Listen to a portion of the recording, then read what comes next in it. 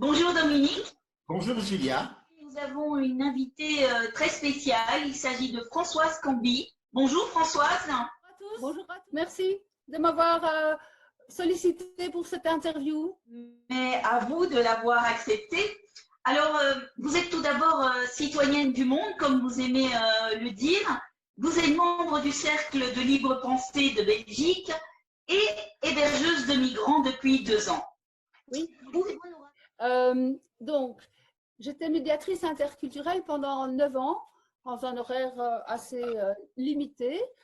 C'était une initiative de Bruxelles Laïque. Et là, j'ai eu l'occasion de croiser vraiment des personnes sans papier, mais aussi dans une condition très précaire puisqu'ils étaient malades.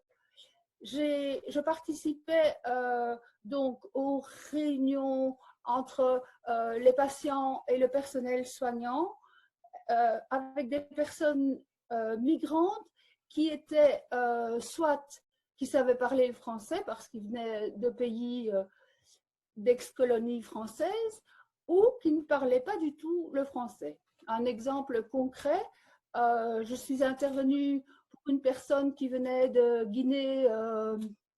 Guinée-Conakry et qui parlait exclusivement le peul. Et donc là, on faisait appel à un service qui est le service du CIRE pour avoir un traducteur peul français. Ça, c'était une expérience assez enrichissante et j'en ai retiré énormément à la fois d'expérience et de satisfaction dans la mesure où mon travail était très concret. C'était la période en 1999 où il y avait ce qu'on a appelé la régularisation massive. Vous mettez des guillemets à massive, mais quand même, il y avait, je ne sais plus le nombre exact, mais des milliers de personnes qui ont été reconnues et qui ont pu alors bénéficier de la nationalité belge. C'était un travail que je menais avec les migrants sans papier à l'hôpital. Ça veut dire qu'ils ne pouvaient pas sortir, ça veut dire que, par exemple, il fallait que j'aille moi-même chercher les papiers qu'il fallait, que je fasse le dossier avec eux, tout en sachant qu'il y a toujours des pièces manquantes et qu'au niveau de la Belgique, par exemple, il y avait des gens qui étaient malades dont la maladie n'était pas reconnue. Ça pouvait être un cancer, ça pouvait être des maladies très graves. Et là, il fallait c'était le parcours du combattant. Alors, au niveau des hébergés au quotidien, je fais de l'hébergement depuis 2 ans. Je travaille bien évidemment, enfin, oui, c'est un travail, en liaison avec la plateforme des hébergeurs ici à Bruxelles.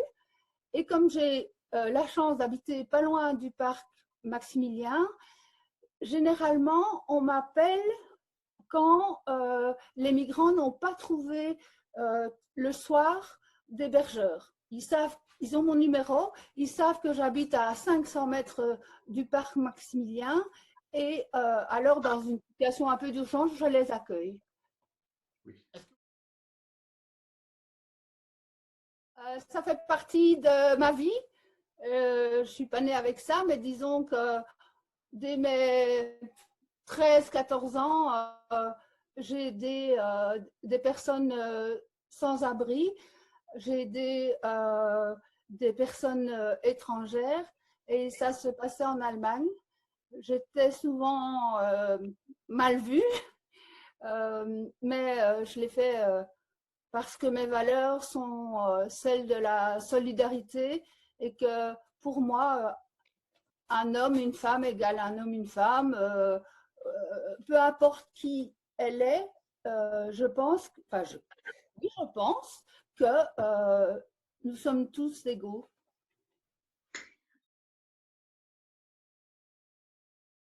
Ah oui, oui.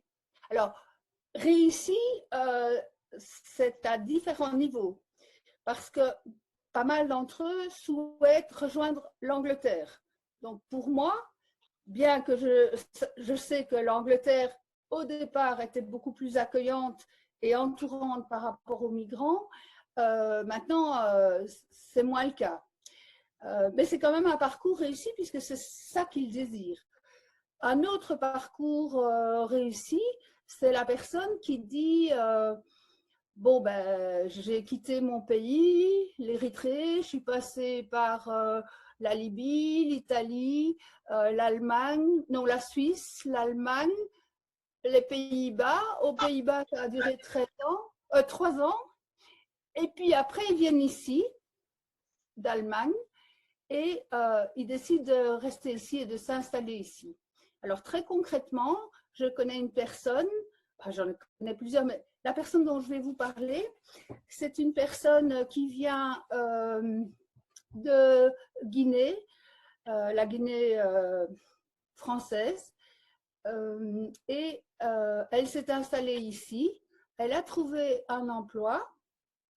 Elle a d'abord fait tout le dossier pénible de la reconnaissance, puis elle a trouvé un emploi dans le jardinage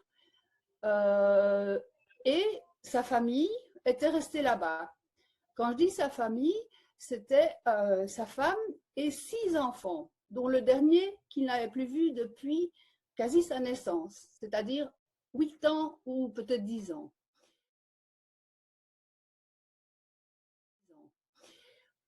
Alors, comme je l'ai aidé pour beaucoup de choses, eh bien, j'ai eu la chance, et c'est un de mes meilleurs souvenirs, c'est de les conduire à l'aéroport. J'ai une voiture break, et donc il y a cette place. Et ils sont arrivés.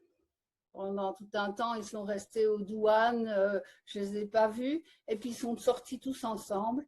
Et là, on a tous pleuré, quoi. Les retrouvailles. Pour être migrant, il faut une ouverture d'esprit. Non, pas vraiment. C'est-à-dire que je pense qu'il n'y a personne qui quitte son pays par choix, par volonté, excepté donc les. Attendez, hein, je retombe sur. Excepté les gens pour le tourisme, excepté des étudiants pour l'Erasmus, excepté les gens qui font du commerce. Tous les autres, ils quittent leur pays parce que c'est une question de survie pour eux. La guerre, la famine. Et donc, c'est aussi une question de lutte des classes dans le sens où ce sont bien souvent les plus pauvres qui quittent leur pays pour pouvoir après nourrir la famille là-bas et puis essayer que la famille les rejoigne.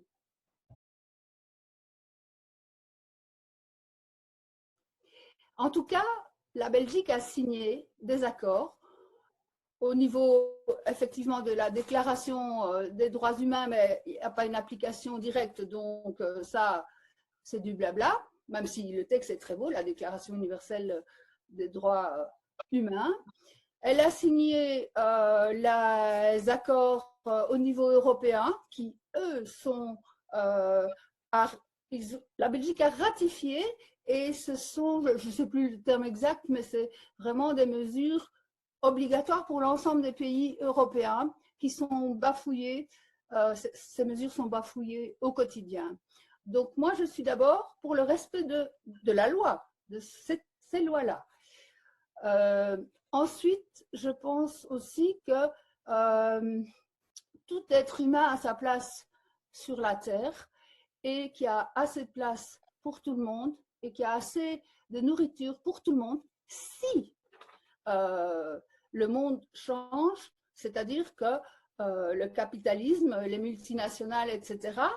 Je suis d'accord pour dire que pour le moment, c'est une utopie, mais c'est une lutte qu'on peut y arriver. Et donc, à ce moment-là, d'abord, il y a peut-être des gens, effectivement, qui vont rentrer chez eux. Regardez ce qui se passe en Syrie, moi, ça me met hors de moi. Regardez ce qui se passe en Grèce, dans le camp à Lesbos et ailleurs. c'est scandaleux. Et c'est l'Europe, ça, la Grèce. Hein, c'est pas la Turquie. Et quand je dis la Grèce, je parle de, effectivement, l'Union européenne est responsable de ce qui se passe sur nos territoires. Et je vais vous donner un contre-exemple qui est le Portugal. En ce moment, vous savez, le coronavirus, c'est quelque chose qu'on n'avait jamais rencontré comme type de conséquences dramatiques. Eh bien, le Portugal est le seul pays d'Europe qui a régularisé les sans-papiers. Chapeau. Commencer par le début alors. Nous avons tous été des migrants à un moment donné dans notre histoire. Je vais prendre les migrants espagnols du temps de la dictature de Franco. Ils ont, les républicains, les anarchistes et les travailleurs ont dû se réfugier en France, notamment, mais vraiment dans le sud de la France. Et j'y ai habité. Je suis allée voir les camps à Sept-Fonds, les camps où on casait. On ne les appelle pas des camps de concentration, mais c'est pareil, où on casait d'abord principalement les hommes qui étaient casés dans des, j'ai du mal à le dire, hein, mais dans des clapiers à cochons, des endroits où on plaçait les cochons pendant des mois, voire même un peu plus longtemps. Parfois des années, oui. Oui, et cette visite-là, je savais au niveau historique que ça existait, et il y en a énormément sur le territoire français, et notamment dans le Tarn-et-Garonne où j'ai habité quelques années, pas un an et demi, 2 ans. Et ça m'a été, mais vraiment, vraiment, je me suis dit c'est dégueulasse. Et à ce moment-là, en 1939, Léon Blum souhaitait accueillir les réfugiés espagnols et la droite française l'en a empêché.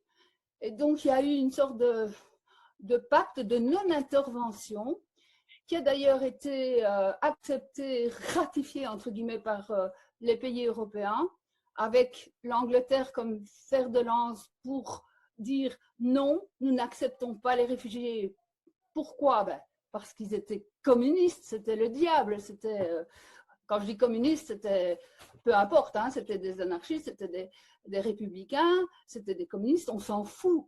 Mais voilà, ça pour moi, je trouve ça important. Et ce que je voudrais transmettre, c'est qu'il y a beaucoup de personnes qui ne connaissent pas l'histoire des migrations. Tout à fait. Il y a beaucoup de similitudes en réalité avec le monde d'aujourd'hui. Exactement. Nous sommes allés, les Belges, dans le sud de la France quand il y a eu les Allemands qui ont envahi ici. Mais notre espoir, et je pense là à la tragédie de la population juive, notre espoir, et je pense qu'il y a une similitude entre ce qu'on a appelé les justes à ce moment-là et les hébergeurs actuels et vous, etc., c'est que il y a eu des personnes, heureusement, qui ont permis de sauver des juifs, des bébés, des familles, et qui ont fait, alors que c'était évidemment interdit et très grave de le faire, qui ont fait leur devoir de citoyen humain. Voilà. Madame Cambi, merci beaucoup pour ce témoignage de solidarité.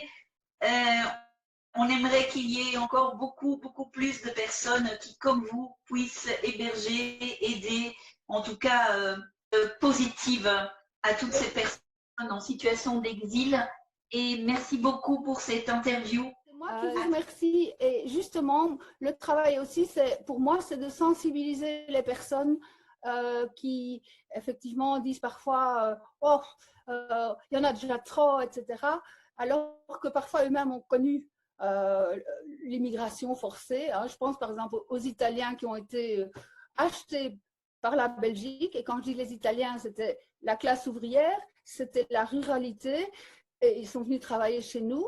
Et c'est de l'esclavage moderne, on va dire. Et je trouve qu'il faut conscientiser, mais toutes les personnes, hein, pas que les Italiens, hein, moi aussi, à toutes ces causes. Et ça manque. parce que vous, c'est génial ce que vous faites. Plateforme citoyenne et tout. Il y a plein de gens, il ne faut pas croire qu'on est seul. Hein. Il y a plein de gens pour aider. À leur juste mesure, hein, ça peut être donner de la nourriture. Hier, j'ai été déposée à un four chez des personnes, chez 2 personnes qui accueillent entre 6 et 14 migrants dans un logement social débrouillé. Et c'est là que la récup nous sert, quoi.